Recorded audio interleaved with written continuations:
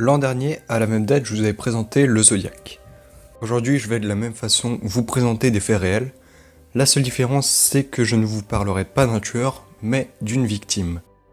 Mais avant de vous relater l'affreuse histoire de Candace Newmaker, je vais vous expliquer en quoi consiste le rebirth, qu'on peut traduire par renaissance, car cette thérapie occupe une place essentielle dans les faits.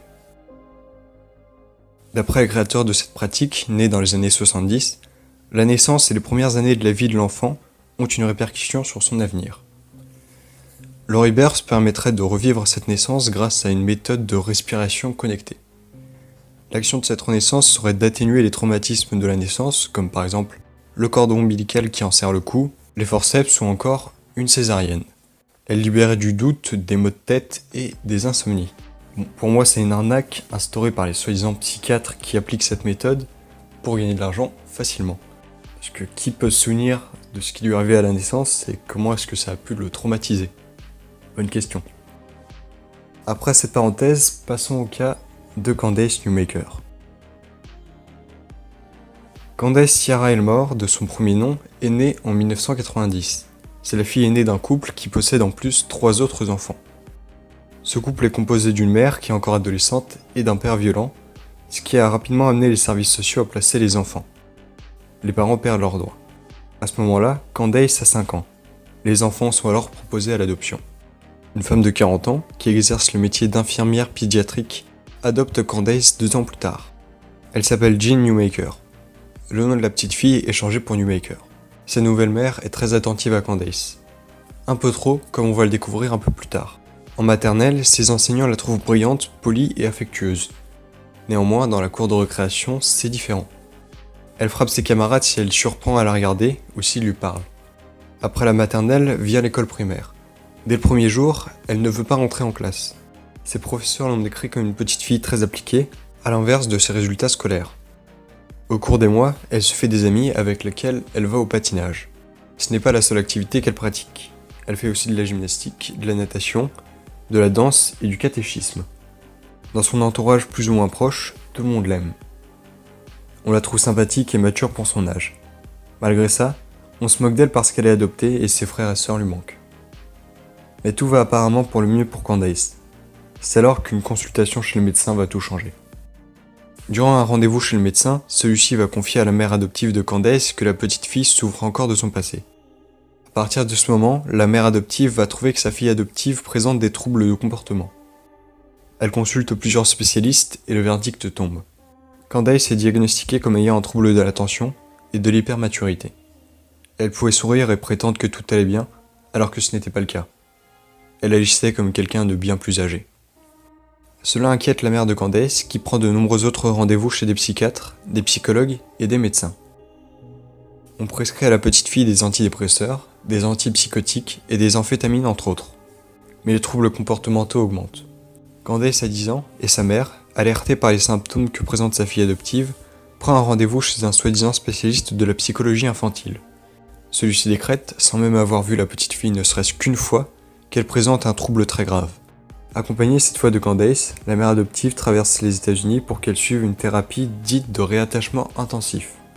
Pour cela, elle se rend auprès de 2 thérapeutes autodécrétés spécialistes de la pratique. Les enfants étant considérés comme dangereux pour les parents lorsqu'ils souffrent de troubles comportementaux, ils sont solidement attachés par les poignets et les chevilles. Cela a pour but de montrer à l'enfant qu'il peut être contrôlé et qu'il peut se contrôler tout en ne présentant aucun danger. Tous les médicaments de Candace ont été interrompus 2 semaines avant la thérapie, excepté son calmant, dont la dose est doublée afin de la rendre docile. Durant la première semaine de thérapie, Candace est insultée car elle ne réagit pas comme prévu au traitement. Elle en ressort terrifiée. La thérapie étant inefficace, les 2 thérapeutes décident de passer à la 2e phase, le rebirthing. Pour suivre la thérapie de renaissance, Candace est enroulée dans une couverture sur le sol nu. Seule sa tête sort. 2 personnes se placent de chaque côté de la petite fille. La mère adoptive de Candace, elle, se couche sur la couverture. Effectuer cet écrasement permettrait de contrôler la respiration de l'enfant. Après 3 longues heures, Candace est relâchée. On lui demande de ramper jusqu'à sa mère et de s'asseoir sur ses genoux pour qu'elle lui donne à manger. Pendant toute la durée du repas, Candace ne détache pas le regard de celui de sa mère. Celle-ci est ravie. Les thérapeutes, eux, sont heureux de la réussite de la connexion. Néanmoins, quand on regarde la bande vidéo, car oui, la séance a été filmée, on peut voir que Candace est complètement terrorisée. La prochaine séance est bien plus extrême. On enroule Candace dans une couverture. Cette fois, sa tête est à l'intérieur. On dépose 4 coussins dessus. Les thérapeutes et les 2 assistants se couchent chacun sur l'un des membres de Candace. Sa mère adoptive reste près de la tête pour l'accueillir lors de sa renaissance. Candace, qui pèse 35 kg, doit alors en supporter plus de 300. Au bout d'une dizaine de minutes, la petite fille n'en peut plus. Elle n'arrive plus à respirer et dit qu'elle va mourir si ça continue. Mais les adultes continuent à l'écraser. On lui rétorque alors. Tu veux mourir? Eh ben vas-y, meurs. La mère adoptive se sent rejetée. Candace ne veut pas renaître. Un des thérapeutes la rassure en lui disant que les enfants disent qu'ils ne peuvent pas respirer juste pour aller aux toilettes. Pour pouvoir continuer à les contrôler dans ces cas-là, il faut pousser plus fort. Après une vingtaine de minutes, Candace implore de la laisser respirer. Elle vomit sur la couverture. On lui dit de rester dans ses excréments. Une demi-heure après le début de la thérapie, on lui ordonne de crier pour sortir, mais la petite fille refuse. On la retourne, on la secoue, on compresse encore plus. Rien n'y fait. On lui met un coussin sur la tête. 10 minutes passent. On lui demande si elle veut renaître. Elle répond d'une voix faible que non. 10 minutes plus tard, un des thérapeutes vérifie si elle respire encore en passant sa main devant son visage. Il sent une faible expiration. Une dizaine de minutes plus tard, on réitère l'opération. Sous la couverture, il fait très humide. Cette fois, le visage est mouillé. Selon le thérapeute, c'est bon signe.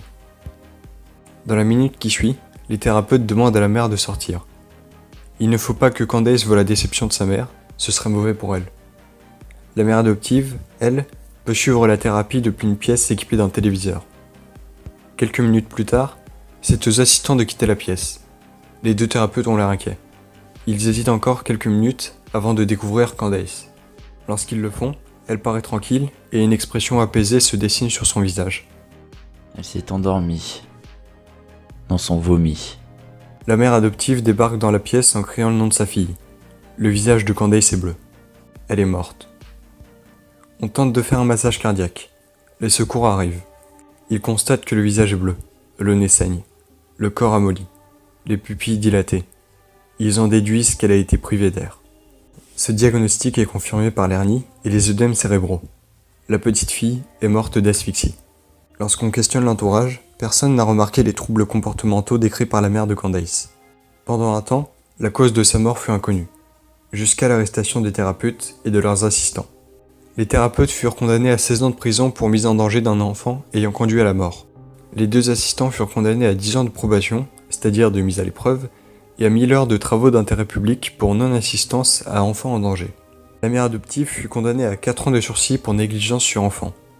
Durant le procès, on signa la loi Candace interdisant toute thérapie de réattachement utilisant le rubbers s'il y avait un procédé dangereux ou létal.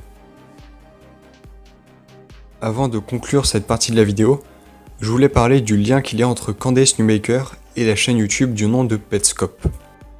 Le concept de cette chaîne est de jouer à un jeu PS1 inachevé que le propriétaire aurait trouvé. Dans ce jeu, on incarne un personnage qui doit attraper des sortes de créatures assez différentes les unes des autres. En accédant à l'une des zones du jeu, plus sombre, on trouve des références au cas Candace Newmaker. Par exemple, on peut poser des questions à une sorte d'artefact nommé Tool, littéralement outil.